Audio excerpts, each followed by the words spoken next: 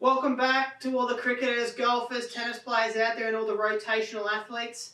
We're following on from last week's video where we looked at the 4 most important traits for those athletes to have great performance. And what we're going to address today is we're going to address the hip and thorax mobility issues. So if you assessed yourself last week and you found you had issues with your hip and thorax mobility, we're going to address these now. If you haven't had a look at the last video and assess yourself, go back and have a look at that before we look at this one today. Okay, so as far as having good hip and thorax mobility, we're really talking about how you move. So if we don't, it changes the mechanics of how we move, and often what we'll have is dysfunctional movement patterns, and we'll be using a lot of compensations when we move during our sport. And what that's going to do is decrease our performance and increase our risk of injury. So we need to have these areas moving well. Now, the first area we're going to address today, we're going to address the middle back and the thorax mobility, and then we'll move on to the hip mobility. So the first thing we're going to do is just a rotational one, basically to address the rotation in the middle back. We call this one the archer stretch. We lie on our side, knees together, head down, hands behind the head, okay, and elbows together. And we're going to rotate back, breathing out. When I get to this end position, I want to hold this for about 5 seconds. Just make sure these knees stay together and this elbow stays on the ground.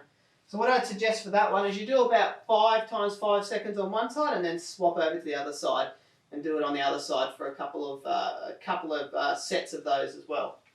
The second one for the middle back and the thorax mobility is a thoracic extension. We need extension through the middle back to be able to rotate. So this one's called a segmental extension. All we do is we find a couple of segments within our upper back or middle back, and we basically just lie here. Pretty easy drill. You want to lie here for 2 to 3 minutes, and just once again make sure we're breathing and relaxing. Now a lot of people will find something like that is way too harsh for them. And so what we can start with is just a rolled up towel. We get that in the middle of the back as well, same thing. Just relaxing over that. 2 segments. So find the 2 segments, about 2 or 3 minutes on each, and that's enough for that one. Alright, the hip mobility. So the ability to rotate the hips in and out. So the first one we're going to do is sort of a hip mobility combination exercise. Okay.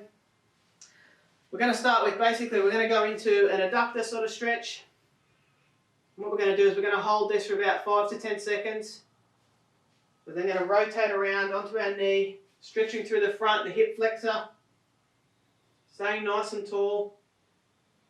And then we're going to bend back down into a posterior chain stretch, stretching up through here. 5 or 10 seconds. What I say to people is you do about 5 to 10 on the one side, and then swap over and do about 5 to 10 on the other side. And the last one for hip mobility is it's called a 90-90 drill. Okay, we start just sitting on our back side, knees in front. Okay, we roll to the side, and you'll see we get into sort of a 90 position with our legs.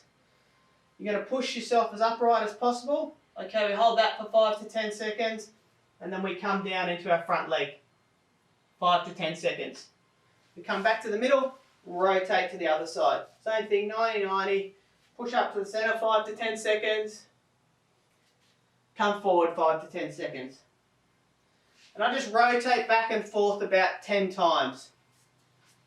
Alright, so there's a couple of drills for both your thorax mobility and also your hip mobility. So go ahead and work at those. You're going to have to work at those probably, you can do them every second day or every day. But it's going to take a couple of weeks to show any changes. And we'll be back next week looking at how we can improve our pelvic control to improve our performance again. Alright? We'll see you again next week, guys.